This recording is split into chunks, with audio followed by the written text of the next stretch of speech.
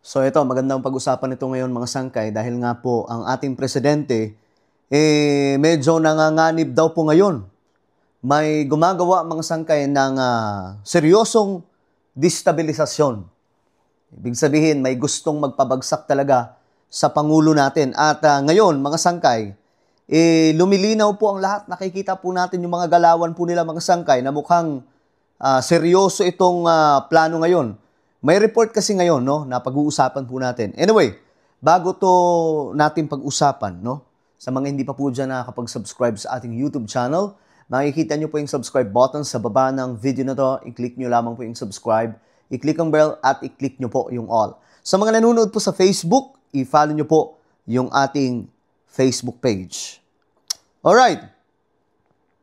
Ito na mga sangkay. May magaganap daw po ngayon na malaking balita. May mga lumalabas sa report na ang ating presidente daw po ay nagkansela sa kanyang biyahe papuntang Bicol para po kausapin ang lahat o gumawa po ng isang malakihang announcement mula sa kanya o tinatawag na State of the Nation doon sa Malacanang. Hindi ko alam kung gaano katotoo ito mga sanggay, pero ayon po sa source, mukhang dahil daw po ito sa destabilisasyon na pinaplano. Kasi ayon sa source mga sangkay, ang topic na ito ay patungkol po sa plot ng ilang individual na gustong magpatumba at magpalayas sa kanya mula po sa Malacanang. So hindi po talaga sila titigil mga sangkay. Alam nyo, ito lang kasi ang chance, ito lang po ang pwede nilang gawin para po hindi matuloy ang pagpapakulong sa lahat ng mga korap. Mga sangkay, nakikita po natin ngayon kung gaano po kaseryoso ang presidente ng Republika ng Pilipinas sa rampant na korupsyon sa ating bansa. And this is the first time na na-witness po natin na ang presidente ay kinalampag yung sarili niyang gobyerno. Hindi lamang po siya nagsiwalat, kundi ngayon hinahabol po itong mga kawatan sa gobyerno. At ngayon mga sangkay, dahil nga po isinugal ni BBM ang kanyang pagiging presidente para labanan po itong korupsyon, may problema. Makapangyarihan ang sindikato, mga sangkay. At gagawa sila ng pamamaraan ngayon para po maalis si BBM sa pwesto nang sa ganun, hindi po sila mapanagot at tuloy-tuloy ang kalokohan nilang gagawin sa ating pamahalaan at sa ating bansa. So ganito po mga sangkay ka-critical ang pinaplano. Pero ito lang ang good news, no? Ang good news, ang militar ay nasa side ni PBBM. Hanggat ang military mga sangkay nasa side ng ating presidente, malabo po mangyari na magtagumpay itong anumang pinaplano nila, anumang binabalak nila. And if you remember mga sangkay, kung babalikan po natin ang kasaysayan ng ating bansa sa panahon po ni Ferdinand D. Marcos, hindi po nagtagumpay ang EDSA 1 dahil po ang daming nagrally. Ulitin ko, hindi nagtagumpay ang EDSA 1 rebellion dahil ang dami nila. Sa totoo lang, hindi po yun yung total ng population mga sangkay ng ating bansa at that time. So, ano ang pinaplano? Ano ang plenano nila noon para mapabagsak si PBBM? Tandaan po natin, may Ramos at Enrile na may hawak po ng mga general, mga sangkay at that time, na ang militar ay, kumbaga ilan sa mga militar ay sumunod sa kanila. During that time, mga sangkay, ganun ka makapangyarihan si Enrile at saka si Ramos noong panahon na yun. Bukod doon, umeksena ang Amerika. Dinala si Ferdinand E. Marcos papuntang Hawaii instead of Paway, Ilocos Norte. So doon naging matagumpay ang EDSA Rebellion. Ngayon mga sangkay, sino ang magli-lead dito sa sinasabi nilang Peking Revolution o Rebellion? Sino? May nakikita ba kayo? Mga sangkay na halimbawa na lang, kakampi ni PBBM, tapos biglang babaliktad at kakanta at gagawa po ng eksena na malaki ang impluwensya sa militar?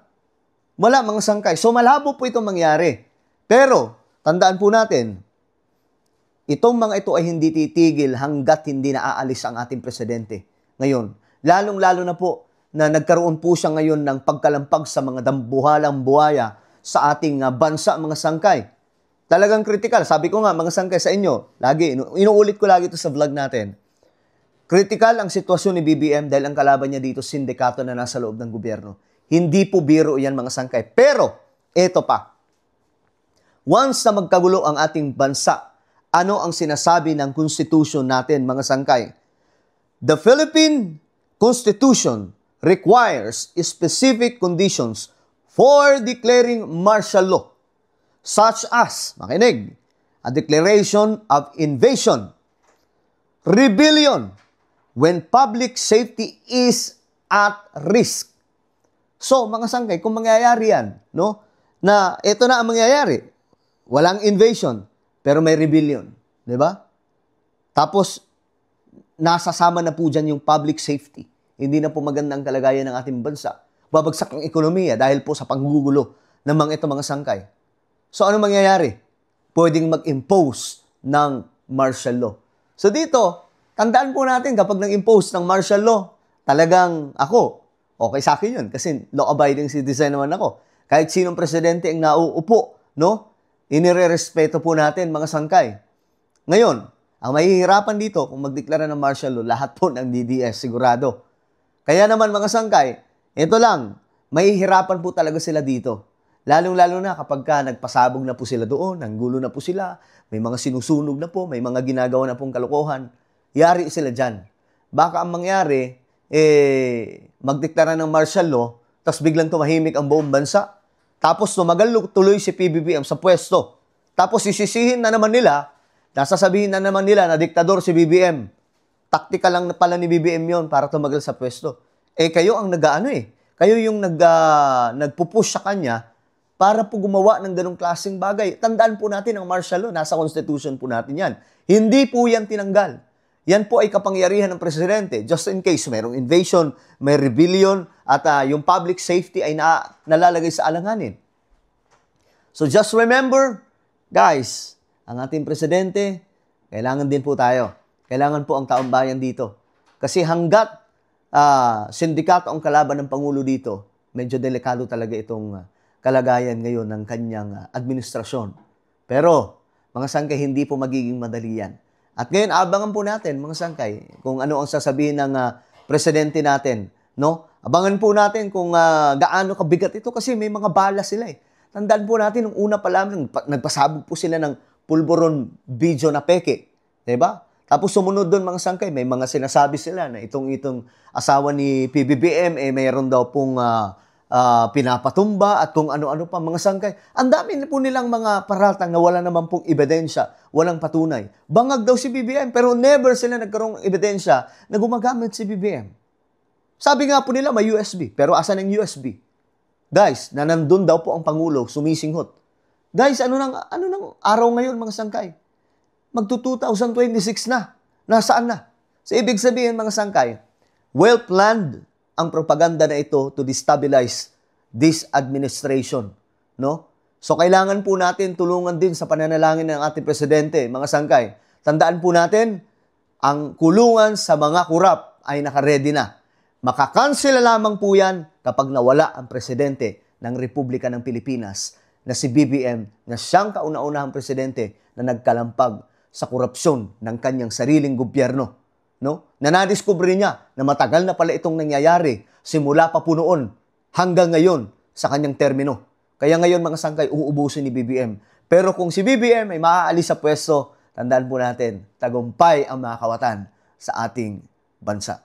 Ano po ang inyong opinion? Comment down below. Huwag niyo pong kalimutan na i-subscribe yung ating YouTube channel. God bless everyone.